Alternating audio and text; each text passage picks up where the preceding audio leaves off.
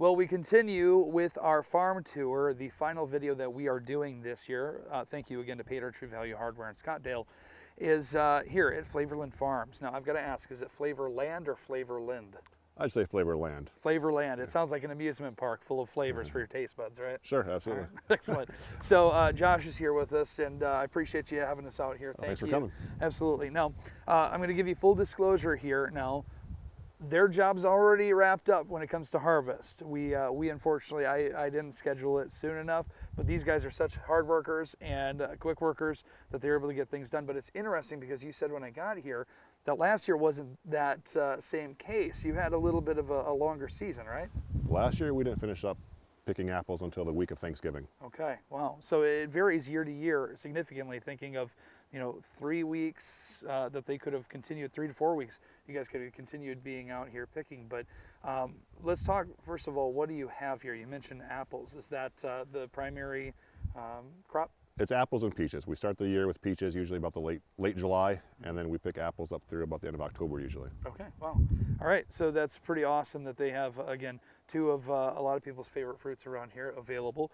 And with the harvest season and harvesting these crops in particular, I know that we've been in a grape harvester, we've been in a corn harvester. How do you harvest the apples from these trees? There's no harvester other than your hands. It's a crew of people. These are it. Yeah, this is it. This is it. So it's one apple at a time. Usually a crew of guys have a bucket strapped to their shoulders and right in front of them, and they're pulling apples off the tree, putting them in the bucket, up and down ladders, and then dumping those apples into a box. It's all hand done. So in that case, I mean, obviously that's a lot of work to be done to be able to go through and do that the whole time. Do you have like a set average of a yield, we'll say, that a tree produces? I know it's a loaded question. Yeah, I mean, it varies by variety. It varies by root stock, which determines how big the tree is. These trees are, and all the trees on my farm tend to be the older style trees, which is, they tend to be bigger and just a lot more labor, but less yield.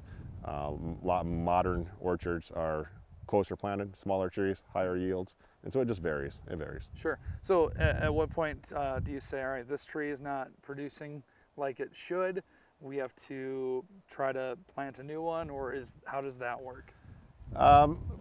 Probably not quickly enough. I probably don't do it quickly enough, but usually it's either if the orchard is just too old and they're not producing regularly, but more common, it's the variety tends to be outdated. Okay. And maybe even more commonly yet, especially nowadays, is with labor as tight as it is, the bigger trees take more labor per bushel. And eventually you get to the point where it's just not as economically feasible as it is with a higher density orchard. Yeah, I think it's an interesting thing too, especially when you're going through and you're putting, man hours in, we'll say, of people hand picking. Then you have to do a lot of math there. It's like, all right, at what point is it a break-even point? What point is a tree still profitable?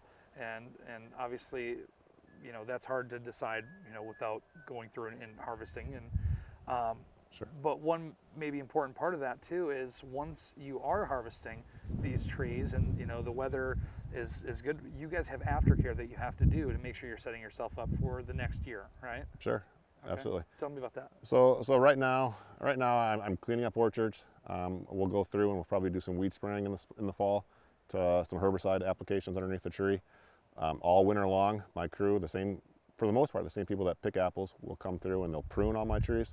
And then there's just general maintenance. I've been winterizing water lines and winterizing equipment over the past couple of days. Sprayers need to be drained, and it looks like it's going to be freezing tonight, and so it's time to get that kind of stuff done. Yeah, you got to do it now, because if you don't do that, then that creates a bigger, we'll say, monetary issue, right? Oh, sure. Yeah. And it's nice that I got done earlier this year, and I can actually do that. Last year when I finished up so late, there was just no time for rest. It was just rushing right into the next thing. So, wow. Yep. Well, yeah, it's an interesting, again, lifestyle, and interesting too that there are certain things with each different variety, we'll say, of farming, from grapes, corn, soybeans, to apples, peaches. There are certain things that are constant amongst all of them. What do you feel like is a difference besides hand picking between other crop farms and you farming, maybe not you specifically, but apple farming and peach farming as a whole? Well, I think definitely labor. You already mentioned that, but I think that's a very big one. But aside from that, apple trees, it's not something we can make quick changes. You can't decide, I don't like this variety, I'm going to plant another variety next year, and we're going to be in full production, that next year.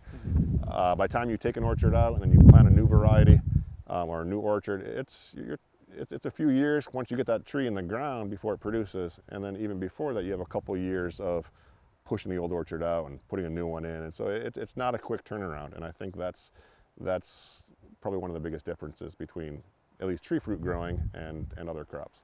Now, unlike the story of Johnny Appleseed, you don't get to put a couple apple seeds in the ground and then they grow. You have to likely get them from a nursery, I'm sure. Sure. Some apple growers do graft their own trees. We don't. We buy all our trees from nurseries. You actually, if you take a Red Delicious apple and you plant that Red Delicious apple seed, you won't get a Red Delicious apple tree. It'll grow into something completely different. An applesauce tree. Exactly. An applesauce tree. That's right. And so all these trees are grafted. They've all been taken from cuttings of an original variety tree.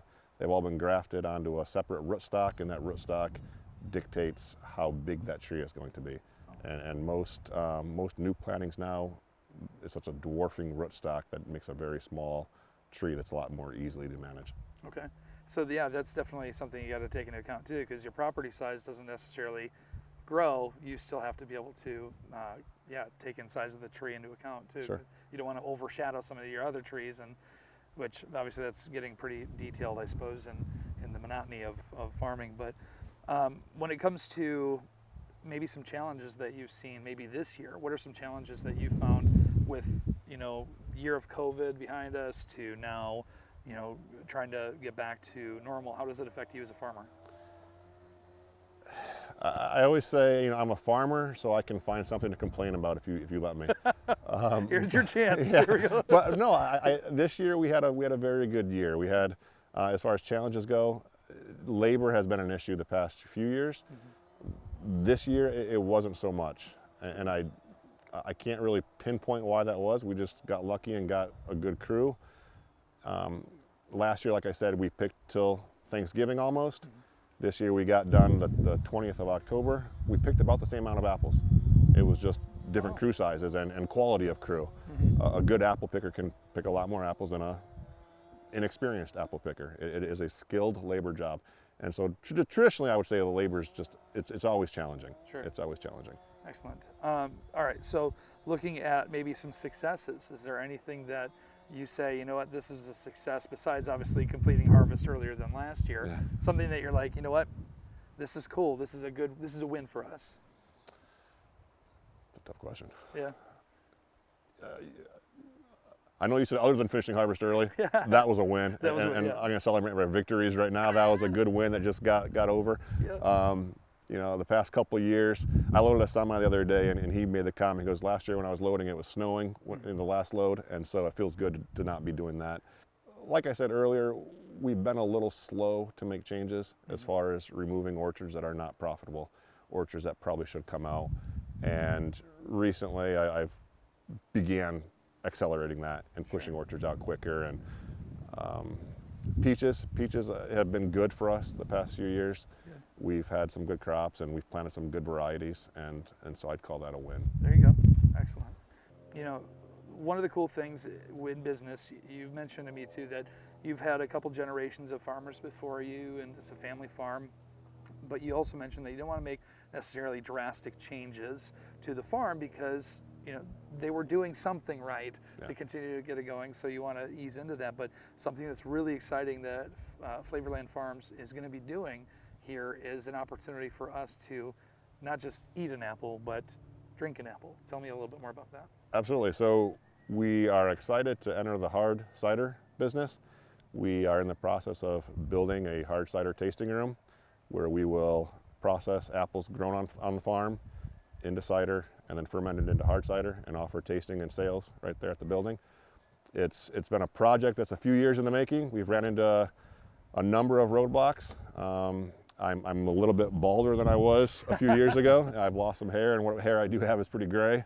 Sure. But we're excited to do that. We're in a perfect area. We're surrounded by wineries, and we're excited to offer something that's a little bit different, but ties right in with what people are already out doing. Yeah, definitely.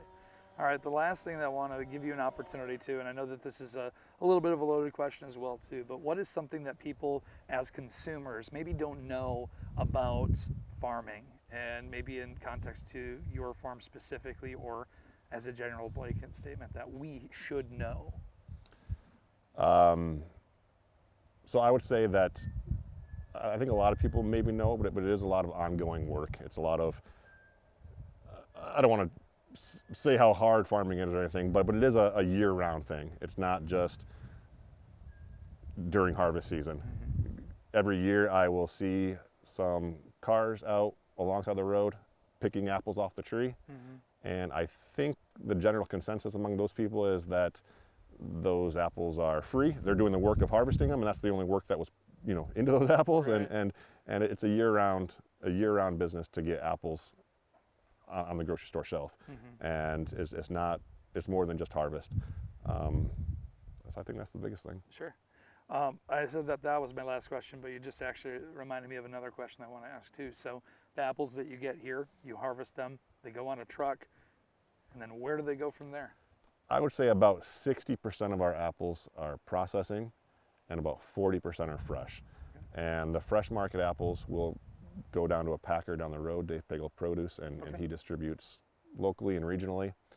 And then our processing apples, they get put on a truck, and the overwhelming majority of those go to a processing plant up in Shelby, and they're processed up there into everything from apple juice to sauce to frozen pie slices to the fresh slices that come in your McDonald's Happy Meal. Wow. So pretty much everything in there. Man, and is there any way for us to know that they're Flavorland Farms apples, or is it just kind of thrown in with the mix? It's thrown in with the mix. I don't think that you're going to turn over the McDonald's bag and see my name logo on the back or anything, but there's a chance that it could be them. Yeah. If they taste good, they're likely from Flavorland Farms. Absolutely. Awesome. Well, Josh, I appreciate you so much, man. Thank you for letting us come out here, and maybe next year or the year after we can get out here and actually have me picking some apples with you. All right? Sure. All right, buddy. Happy to have you. Thank Appreciate it. You bet. Farm Tour brought to you by Pater True Value Hardware in Scottsdale. I want to also say thank you to our other proud farm supporters, including the Cassopolis Family Clinic Network in Niles and Cassopolis, Green Mark Equipment and Sodas, and also want to say a huge thank you to the Berrien County Farm Bureau and Jenny specifically, who helped make this interview happen as well. So Farm Tour 2021, that's a wrap.